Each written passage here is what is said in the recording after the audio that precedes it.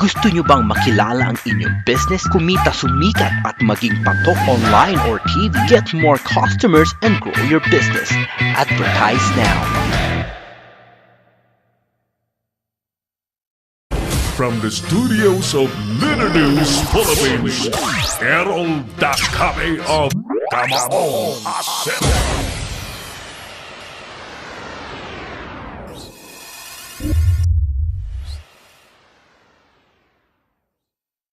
Alright. Okay. Magandang hapon po muli. Welcome back sa ating palatuntunang Kamaong Asyero.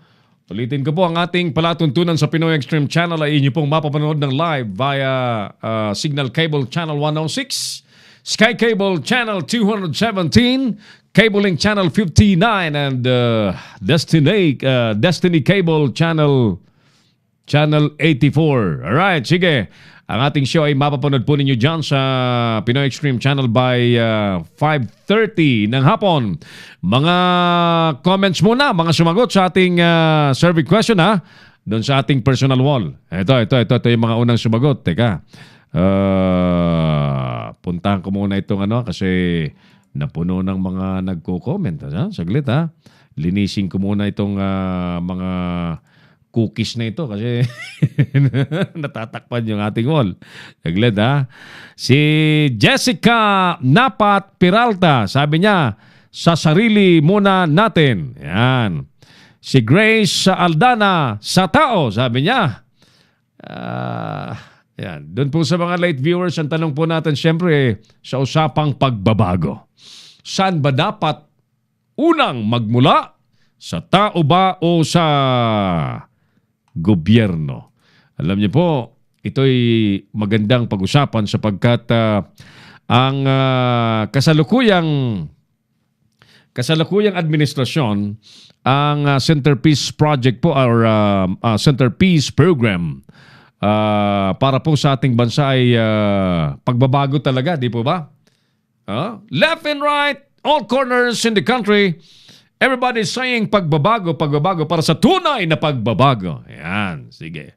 Saka na natin pag-usapan kung may nakikita na po kayong pagbabago sapagkat of course it depends on who is talking. Minsan kapag kritiko ng administrasyon, sasabihin ay ganito. Kapag suportador naman ng gobyerno ay ganito. So, ang sa atin po ay ganito, saan ba dapat unang magmulang pagbabago? Sa tao ba o sa gobyerno? Dami nitong saglit isa-isahin ko Alright, sige. Kabanting Amita Roland, sabi niya sa gobyerno po dahil sila nagpapatupad ng batas. Thank you, Roland. Vanjo Clemente, sabi ni Vanjo sa sagot niya, Diyos na nga ang nag-utos, hindi pa makasunod. Gobyerno pa kaya? Sa umpisa pa lang, tao na ang may problema. Eva at Adan, sino pa ba ang bumubuo ng gobyerno? Di po ba tao din? Yan. Ganda yung malalim-lalim yung sagot ni Banjo. Ang sabi naman ni Maria Sita, Ate Sita Antonio, always, sabi niya, always sa sarili muna.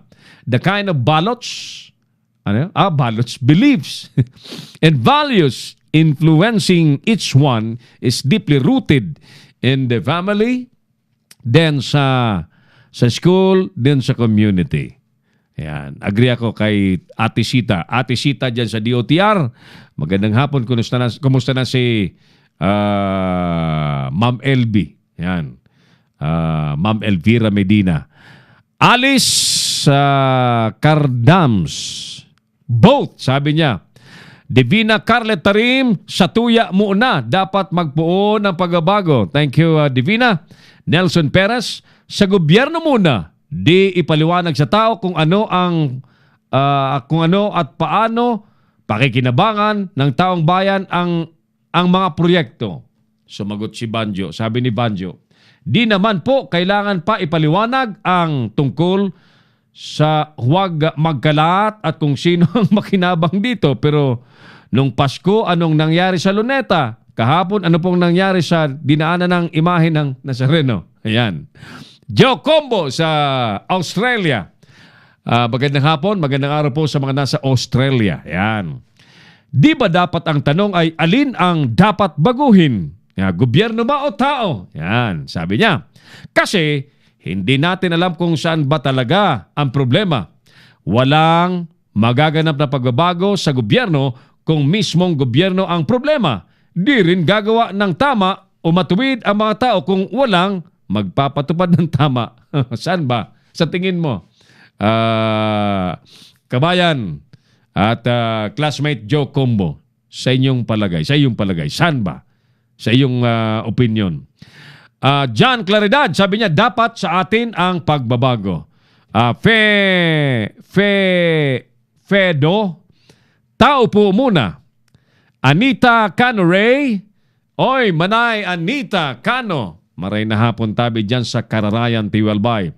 Sabi niya, sa tao, ang tao part kang gobyerno. Haputon niya ang sadiri ano ang naginibo niya sa gobyerno. Bako ang naginibo kang gobyerno sa tao. Ayan, sige. Thank you, Manay Anita Ray. Manay Anita Cano sa participation mo. Thank you. Kumusta ka? Techfeel, positioning, tao boss, sabi niya. Baka mas magandang tanong, sir, sa tao o sa batas na ipinatutupad. Mel Argawanon, both, but people first before the government. Thank you, Mel. Ernie Verdadero, ay, Manoy Ernie. Aram nindo, alam nyo, si Sir Ernie Verdadero. Bata pa ako, sikat na komentarista po ito sa Camarines Sur. Ernie Verdadero. Ang mga kasabayan niya, Sal Fortuno, Rick Diaz, marami. Si Rick Diaz, di ba? Retired ng director ng NBI. Yan. At bata pa ako noon. Mahilig kasi ako sa radyo. Ay, Manang Ernie, Tito Ernie, Lolo Ernie. Lolo na to eh. Sorry ha. Sorry Manay ha. Ganun talaga eh.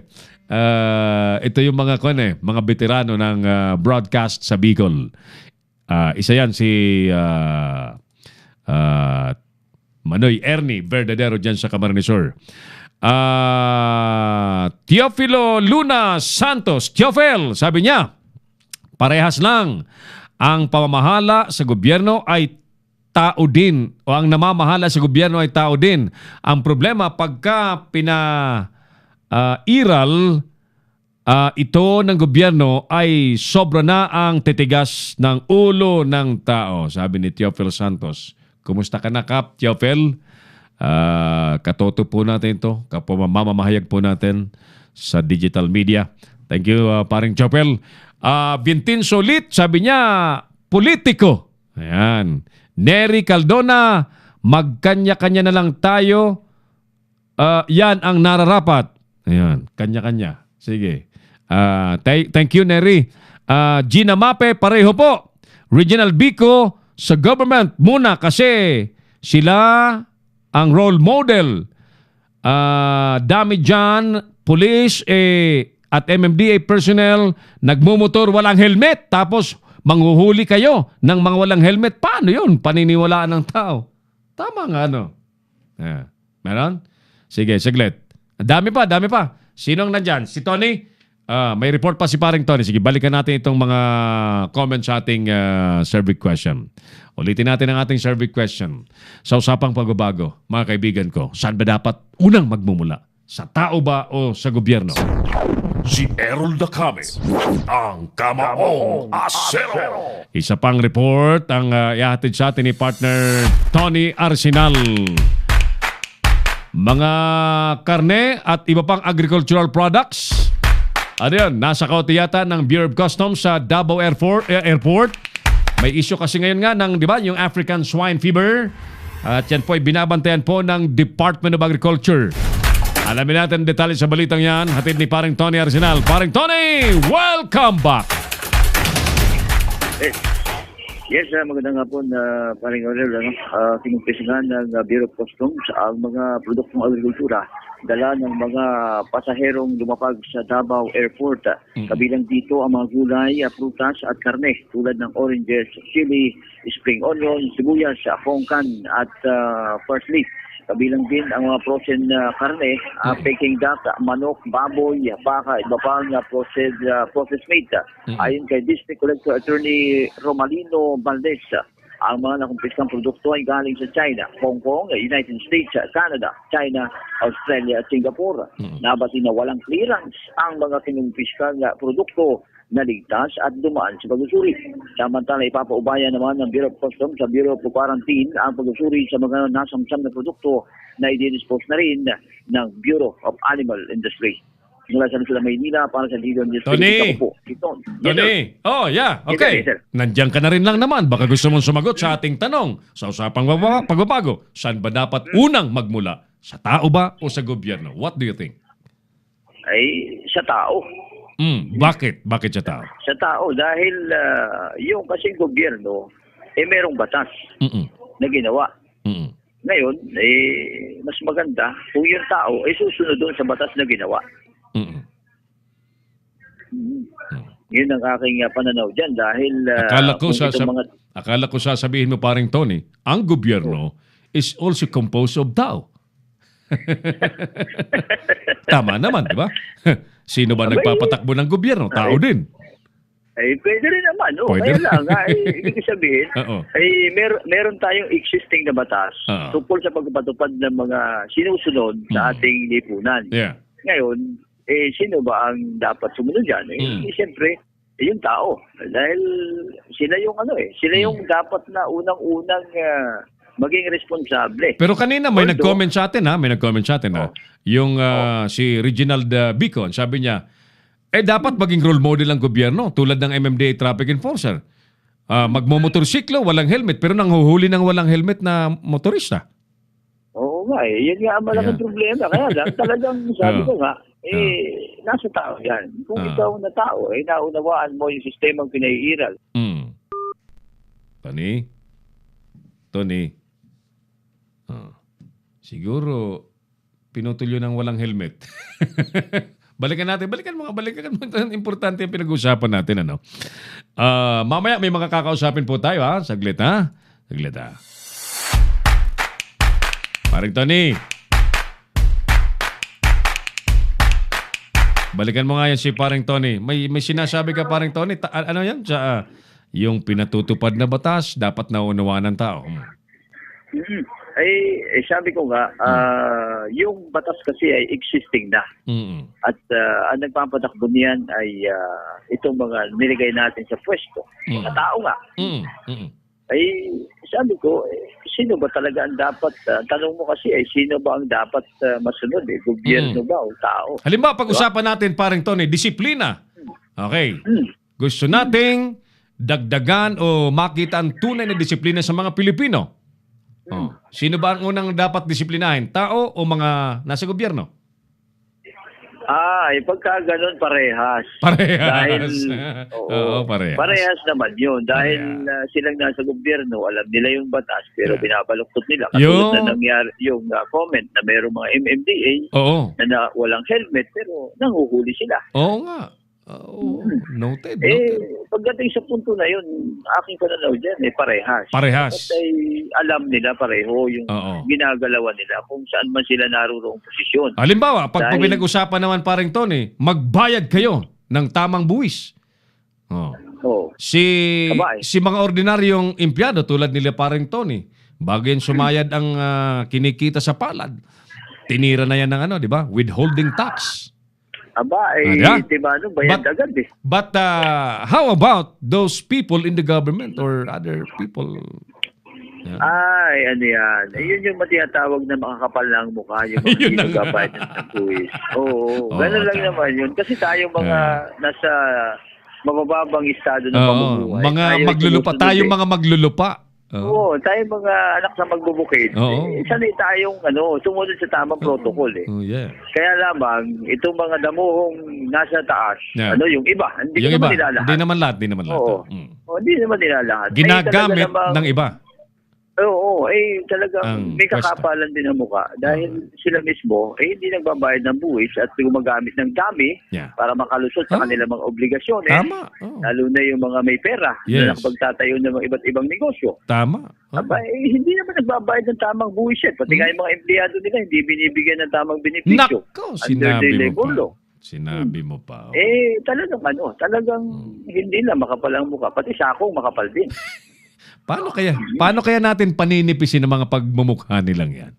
Naku po, siguro dapat ay maglagay tayo ng tamang tao o tamang personalidad para nun ay mapasunod itong para mabawasan kahit man konti. Yung mga nanunungkulan sa atin na talagang ayaw patalo dun sa mga mga kilalang negosyante sa bansa Pero Duterte na ngayon, ha? Duterte na ngayon. Oo. Ang dami pa rin mga gago sa paligid. Tama ka dyan dahil ewan ko ba naman bakit kasi yung mga itinapo na pinagdadampot pa. Nakaraan pinulot isa-isang pinulot. Yun nga. Yun tuloy ang pinagresulta ng negatibong impresyon sa liderato. Although, malaki naman talaga ang nagagawa ng Pangulo sa kasalukuyan dahil kung titingnan natin, nabawasan naman talaga yung issue ng illegal drugs. At pumapasok ang mga ang infra para sa ating mga kababayan. Pero hindi sapat dahil marami pa rin ang mga Koreano na nangungumisyon doon sa mga proyekto na nagiging dahilan bakit nagiging substandard, bakit humihina yung mga programa ng pamahalaan. Kung matatandaan mo, parang Errol, yung bumagsak na tulay sa parte ng saan ba yan? Santa Rosa, Laguna ba yan? Laguna sa Pakil yata. Pakil, Laguna. Pakil ba yun? Pakil, Laguna yan. Nagbubuhos sila ng ng simento doon sa Tulay? Bumagsak. Obvious na kwan yan. Tinipid kasi may nakinabang na. Ayan, nabawasan yung tamang sukat ng bakal na ginamit tapos ay baka sa halip na bakal yung tinuod sa ilalim ay puno ng kawayan. Baka. Mababali talaga. Mababali sa gitna. Ang problema doon, hindi naman pwedeng hindi yung tapusin ng kontraktor. Kawawa. Kasi may completion yun. Kawawa yung kontraktor. Uulit siya. Oo. At saka napakalaking responsibilidad niyan. At maaaring bumagsak yung kanyang karir. Kung yan ay AAA ang kategorya, ay baka maging triple B yan. Hindi na siya tanggapin at hindi na siya pumasa sa mga bidding ng pamahalaan dahil bagsak yung kanyang quality. Okay. So, very well said, paring Tony. Maraming salamat sa iyo. Anyway, back to you, paring Errol. Salamat. Si Errol Dacame, ang Kamaong Asero. Thank you so much, paring Tony Arsenal, sa mga kuro-kurong yan na pinagsaluhan natin sa ating palatuntunan. Ilan pang mga sumagot sa ating programa. Larry Perez Tan, si Kristo ng Bible, ang makapagbabago sa sa pudo ng tao. Kung tatanggapin lang nila si Jesus sa puso at buhay nila bilang Panginoon, susundin ayon sa kanyang salita at tatanggapin siya bilang sariling tagapagligtas dati dito magsisimula ang tunay na pagbabago. Amen. Amen. Yan. Sir Larry. Kahit sino o anong klaseng gobyerno, kung ang tao na namumuno hindi magbabago, magiging worse pa rin. Simula ng pagbabago ay nasa bawat isang tao to have a good government. Milar Gawanon. Honhon Pascual sa Panginoon. Ayan. Wala naman dapat baguhin sa Panginoon. Okay. Yan. Sige, pero kayo ang gusto ko mapakinggan . Thank you, Honhon Pascual. Patrick WP, tao, how can the government change if the people inside it couldn't change for themselves? It would probably be useless. So I therefore conclude that mas mabuti nang magbago muna ang tao bago ang gobyerno. Si Errol Dacame, ang Kamaong Asero. Alright, tuloy tayo mga kaibigan sa puntong ito. Habang mabilis pong dumadaan ang mga oras natin, marami pang nagko-comment sa ating live video. Ang ganda ng audio, sabi ni Ate Gina Mapi ng DWWW. Ka-Errol, kailangan sabay kilos para sa pagbabago, gobyerno at tao. Tama ka, Ate Gina. Congratulations sa Leader News Philippines. Thank you, Ate Gina. Neneng Saul Patani, watching from British Columbia. Ayan. Kailan kaya kami makakarating ni Clarence dyan sa British Columbia? Magkano bang pamasahe dyan? 10 pesos? Ayun, sige. Who else? Alberto Espina Genovea. Sa gobyerno po, Ka-Errol. Kasi sila ang ehemplo ng kanilang nasasakupan. Thank you, Alberto. Partner Bong David, happy watching sa lahat, sabi niya. Paring Bong, nakalagay na yung logo ng MCBO sa ating banner ng Mission Tabang Tugang. Sir Rafi Bianson dyan sa Tacloban City, magmumula po sa gobyerno dahil mas makapangyarihan ng gobyerno. Kailan ba naririnig ang boses ng masa? Kailan ba gumawa ng batas ang masa na pinaboran ng gobyerno, sabi niya. Alright, sige. Okay, pagpatuloy po natin ang ilan pang mga comments siyempre. Sa Pakil, Laguna yung bumagsak na tulay. Yan. Dahil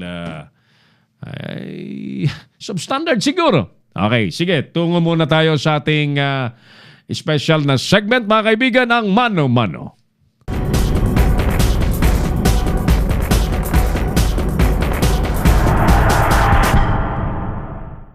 Kaibigan, tulad po ng ating nakagawian dito po sa segment na Mano-Mano, kinakausap po natin ang mga personalidad para mapakinggan ang kanilang mga wisdom sa mga issue. And this afternoon, ang ating main topic po ay sa usapang pagbabago. Saan ba dapat unang magmula?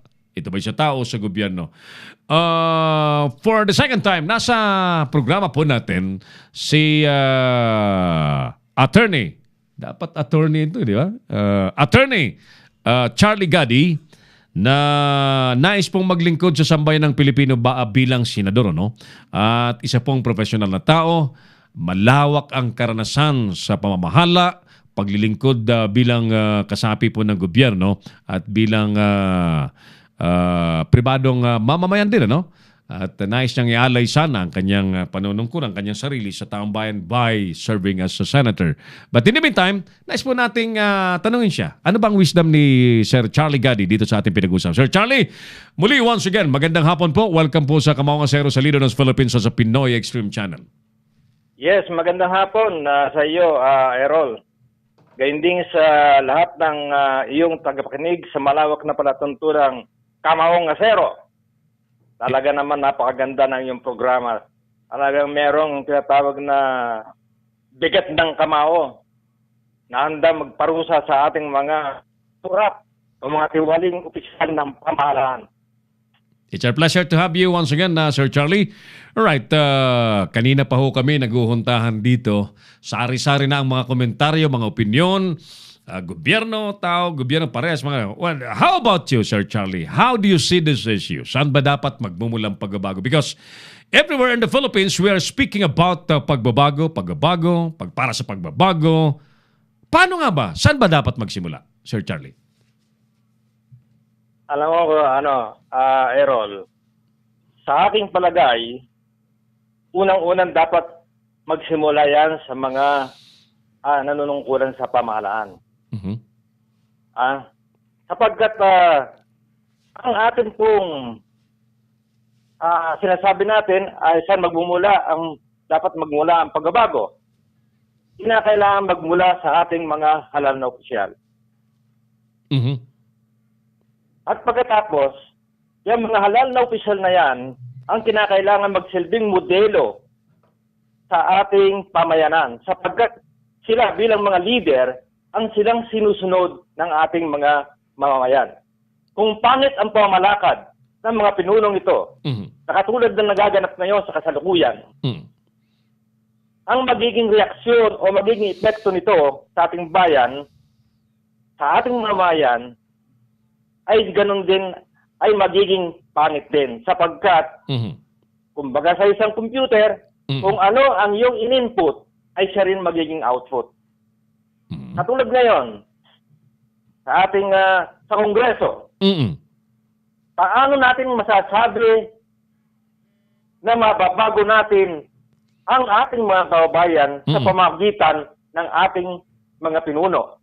Kung ang mga pinuno mismo, na alam natin sa kasalukuyan na nagbabangay ngayon sa budget dyan sa sa Kongreso, ay tiwali at lumalantad ang kanilang mga kasamaan sa pagbabudget. Yan, ang nangyayari, ang ultimo na tinatamaan o casualty sa kanilang mga kalokohan, sa kanilang katiwalian, ay ang mga mamamayan. Ayun. So, paano magbabago ang ating mamamayan kung ito mismong kanilang mga pinuno na dapat sana'y maging modelo ng ating bayan ay nagiging, sila pa ang nagiging masamang ehemplo sa kalahatan. Ayan. So, Kaya, Errol, Apo. kinakailangan magmula ang pagbabago sa ating mga pinuno. Ayan. At tayo naman, Apo. bilang mga konstituent na tagapasunod sa kanila, ay kinakailangan sumunod kung tama ang kanilang pinasusunod. Pero kung ganyang mali ang kanilang pinasusunod, kinakailangan tayo mismo naman ang magbago sa kanila sa pamagitan ng ating revolutionary power. Ano ang ating revolutionary power? Tayong mga Pilipino, tayong mga mamayan, ay meron tinatawag na revolutionary power sa ating saligang batas. Baguhin natin ito. Tayo mismo ang kumontra sa kanilang mga katiwalian. Kaya nga, marapat lamang na isulong natin ang ating mga pagkakaisa. Nang sa gayon ay masugpuna at matigil na iyang mga kababayan nating inihalal sa Kongreso at Senado. Kaya nga, Errol, ang makailan ay marami nagmumungkahi na magsulong na ng RevGov. Yang RevGov na yan, hindi po masama yan. Sapagkat ang RevGov po ay dalawang klase yan. Isang armadong pakikibaka o pagbabago at isang mapayapang pagbabago. Tayo naman na nagsusulong ng RevGov ay naroon sa tinatawag na nakalinya ng tinatawag na mapayapang pagbabago. At yan po ay atin pong ipararating sa ating Pangulo, sa ating bayan, nang sa gayon ay magkaisa tayo at tapusin na natin ang ating pamahalaang puno ng katiwalian. Kaya ako ay kaisa sa mga gawaing pagbabago, Errol. Alright, very good. So, ako naniniwala kung sinasabi mo, Senador Charlie, sapagkat yung kasalukuyang sistema na pinagsasamantalahan ng marami pong nakaupo dyan, mga nakaupo na kahit mga plunderer na, pabalik-balik sa pwesto, at patuloy na nagsasamantala, inaabuso po ang taong bayan. Kapag itong presenting sistema at forma po ng gobyerno. Halimbawa, when we talk about anti-corruption campaign, di ba in place naman sana yung ombudsman. Nandiyan ang COA, nandiyan ang Sandigan Bayan, nandiyan ang mga korte. But the problem is, the moment na pinailan natin ng mga kaso ng pandarambong, pangungurakot, itong mga taong magagaling magpaikot ng batas, magaling mangurakot, magaling kumuha ng mga taong magtatanggol po sa kanila, ang mga kaso, Sir Charlie, inaamag lang sa ombudsman, inaamag lang sa Sandigan Bayan, and worst, mabibigla ka na lamang kahit very, very glaring ang mga ebidensya, bigla pong napapawalang sala. Yan nga po, Errol, ang aking madalas sabihin. Opo. Ang ating pong lahat ng ating pong asangay ng pamahalaan Apo. ay masasabi natin corrupt. Yang sa judikatura, judicial system, yang sa judiciary, yang sa Executive. legislative, Mm. sa executive. Mhm. Mabuti na lamang sa bahagi ng executive ay nakikita natin na talaga namang mahigpit ang ating Pangulo pagdating sa kanyang nasasakupan. Dahil ang executive branch ng government po natin ay hawak ng presidente yan. Mm. Yun sa tinatawag na separation of power, ng executive branch, Sana. judiciary, and the legislative. Tama. Oh. Yan po ay may kanya-kanyang toka yan. Oo. May kanya-kanyang power na hindi pwedeng pakialaman ng bawat isa. Yung Ngayon. legislative department, Sir Charlie, meron silang PACC, no? When we speak about the anti-corruption transparency, naglikha ang Pangulo Yes. ng PACC, di ba? Presidential Yes, meron. Anti-Corruption Commission. Corruption Commission. Oo, yun. May mga Yan, iniimbestigahan sila ngayon eh. May mga natanggal na, no? May mga natanggal Meron, na. meron. Oo. Oo. Kaya lang, Yan merong iba naman na parang uminit dito sa kanan, inilipat sa kaliwa. Oo, yan na yan eh. Ayan. Talagang ano yan, nakikita natin talagang Lahat siya nakikita ng tao. Ano? parang ano yun eh, parang isang pulis na minsan, hindi naman natin lahat, Oo. ay nakagawa ng atraso rito, Ililipat sa iba. ililipat. Sa malayo-layo. Papalamigin nila sandali, Palamigin tapos lang. ibabalik naman uli. Oo, Ganyan ang nangyayari minsan. Pero dito man nakikita ko doon sa bahagi na executive branch, nakikita ko naman sa presidente ay merong talagang mga sinisibak sana sa tungkulin. Good. Meron naman sinisibak. Iniimbestigahan ngayon, Sir Charlie, si Labor Secretary Bello. Iniimbestigahan ng PACC. Sila, pati si General Peña, kasama siya. Yan, iniimbestigahan na. Pero marami akong narinig ng mga apela na tila yata meron yatang hindi maayos na pagsagawa ng investigasyon. Kaya sa ngayon, nabasa ko kamakailan, merong konting apela si Labor Secretary. So titingnan natin kung anong kalalabasan niyan, Sir Charlie. Ano? Alam mo, yung mga sa Executive Department, medyo mahina eh. Alam mo, napakalaki talagang problema. Bilyon-bilyon. Yeah. Siguro alam mo naman kung saan yan. Si Piñol kasama din daw. Ngayon sa sa Kongreso. Naglalabasan sila ngayon. Naglalabasan sila ng mga multo nila. Nagbabatuhan sila ng mga basura nila. Oo. Nakakalkal, pati yung mga nakarampang administrasyon. Ayan, hello. Sir Charlie. Sige, one more minute, ano? Kasi ang bilis ng oras natin, ano?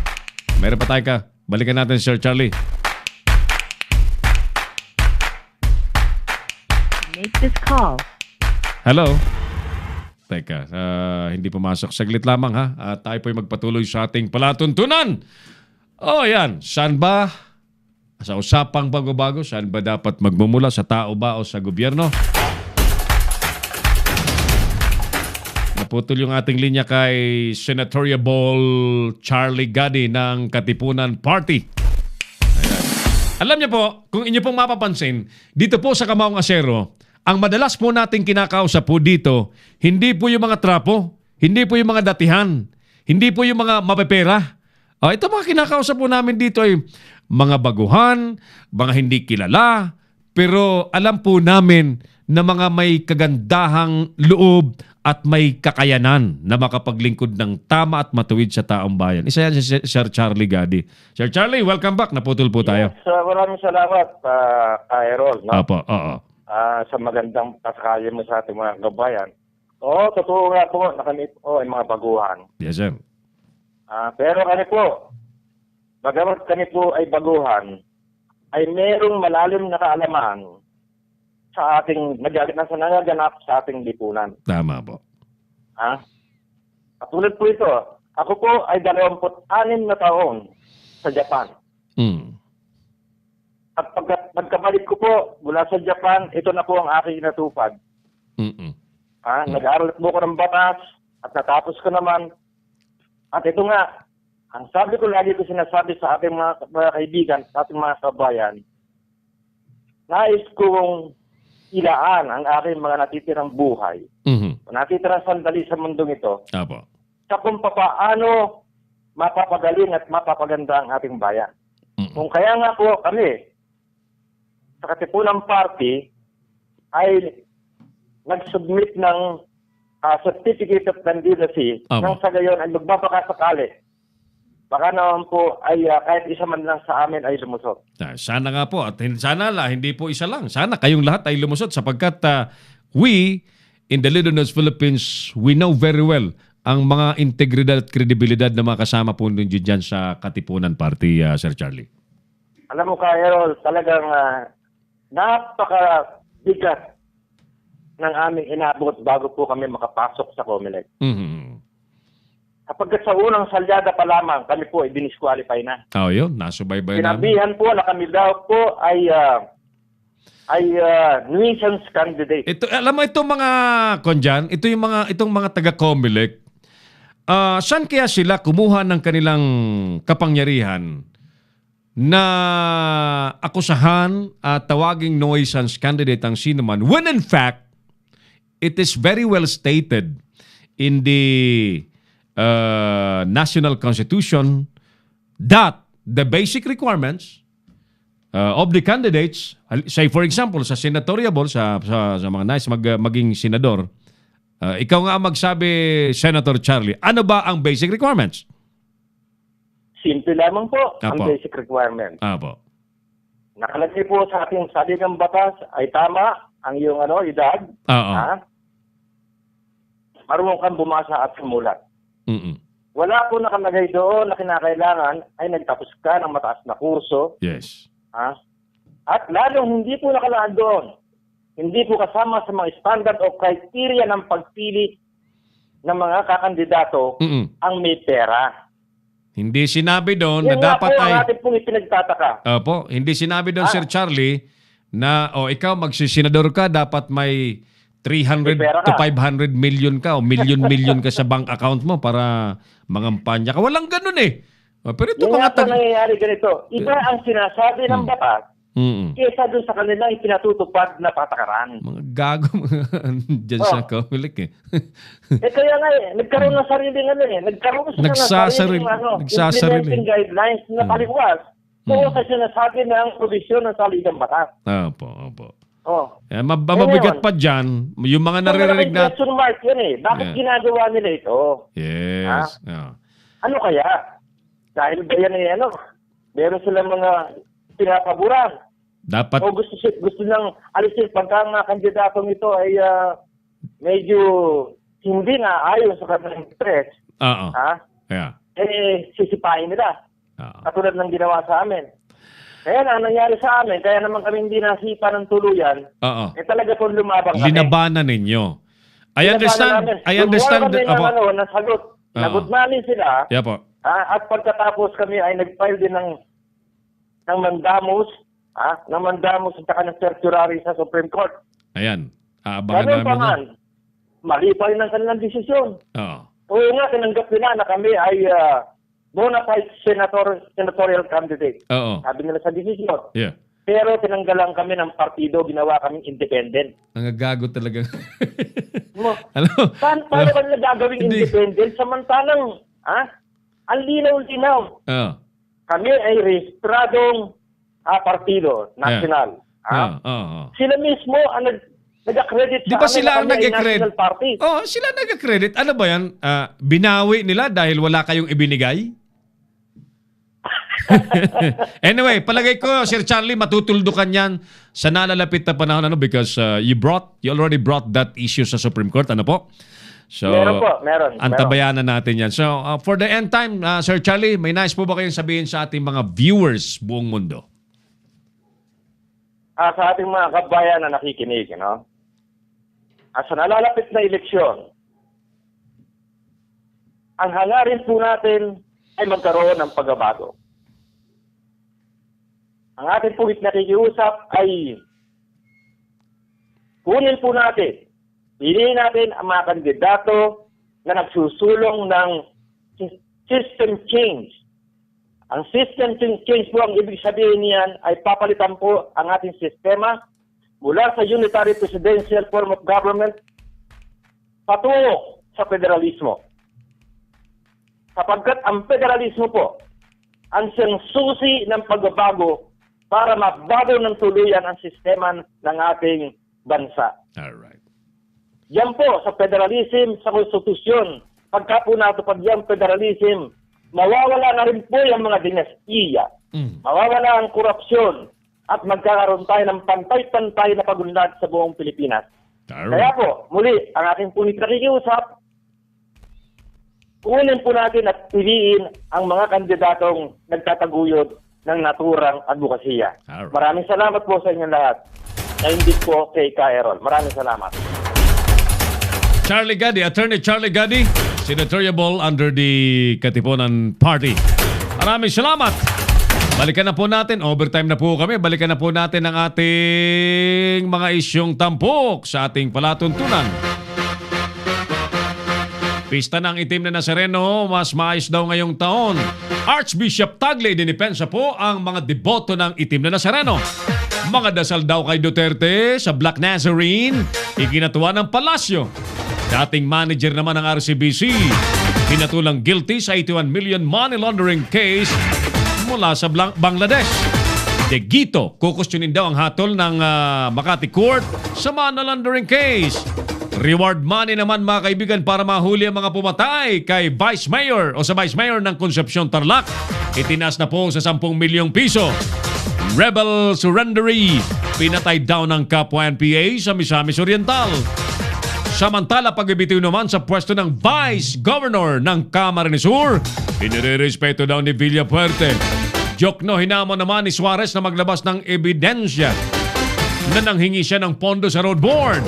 At 1,000 bisikleta ipinahamahagi po ng DepEd sa mga estudyante sa Santiago City. Ngayon, kung tayo naman po ang sasagot sa ating itinatanong sa hapon pong ito, ano? Sa usapang pagbabago, saan ba dapat unang magmula? Sa tao ba o sa gobyerno? Mga kaibigan, ito nga po, pinag-uusapan natin ang forma ng gobyerno, pagpapalit po ng presidential system into a federal form of government. Habang overall, meron po tayong pangako sa bayan na pagbabago. Saan ba talaga ang problema? Ang tanong dyan, saan ba talaga nagmumula ang problema? Tama si Joe Combo kanina. Ano ba ang problema? Actually, mga kaibigan, sa ganang akin, ang problema po nasa tao. Nasa tao. Kasi parang sasakyan lamang po yan. Ano? Kung ang tsoper ay barumbado, halimbawa, kinuha mo tsoper galing sa tricycle, barumbado na, pero marunong daw siya magmaneho ng kotse, ng truck, etc. Kahit bigyan mo po yan ng Mercedes-Benz or BMW, ay mananatiling ang pagmamaneho po niyan ay barumbado, pabarumbado. Hindi problema yung sasakyan. Hindi problema, mapa-tricycle man yan, bisikleta man yan o BMW, kung matino magmamaneho, matino ang biyahe.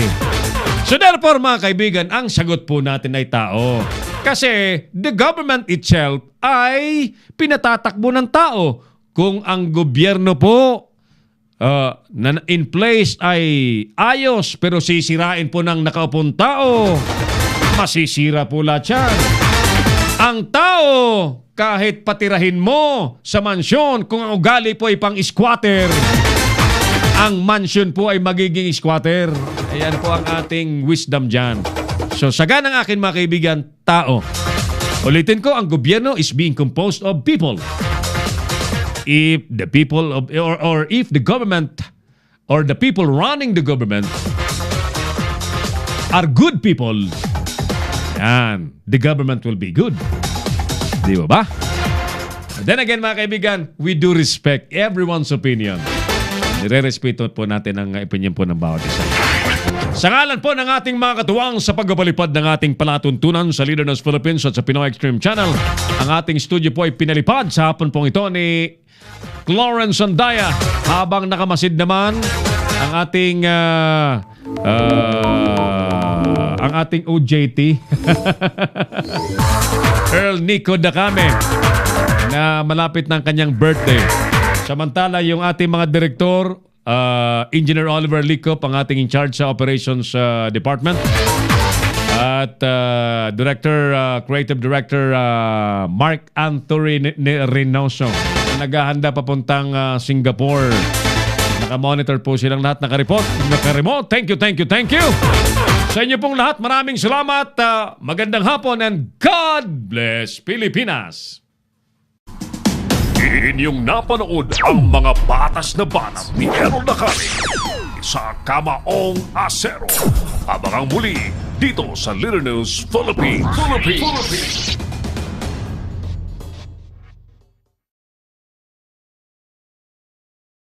Bring your business over 1 million TV or online. Reach your target customers anytime, anywhere. Your brand on TV or on the web. Get more customers and grow your business. Advertise now.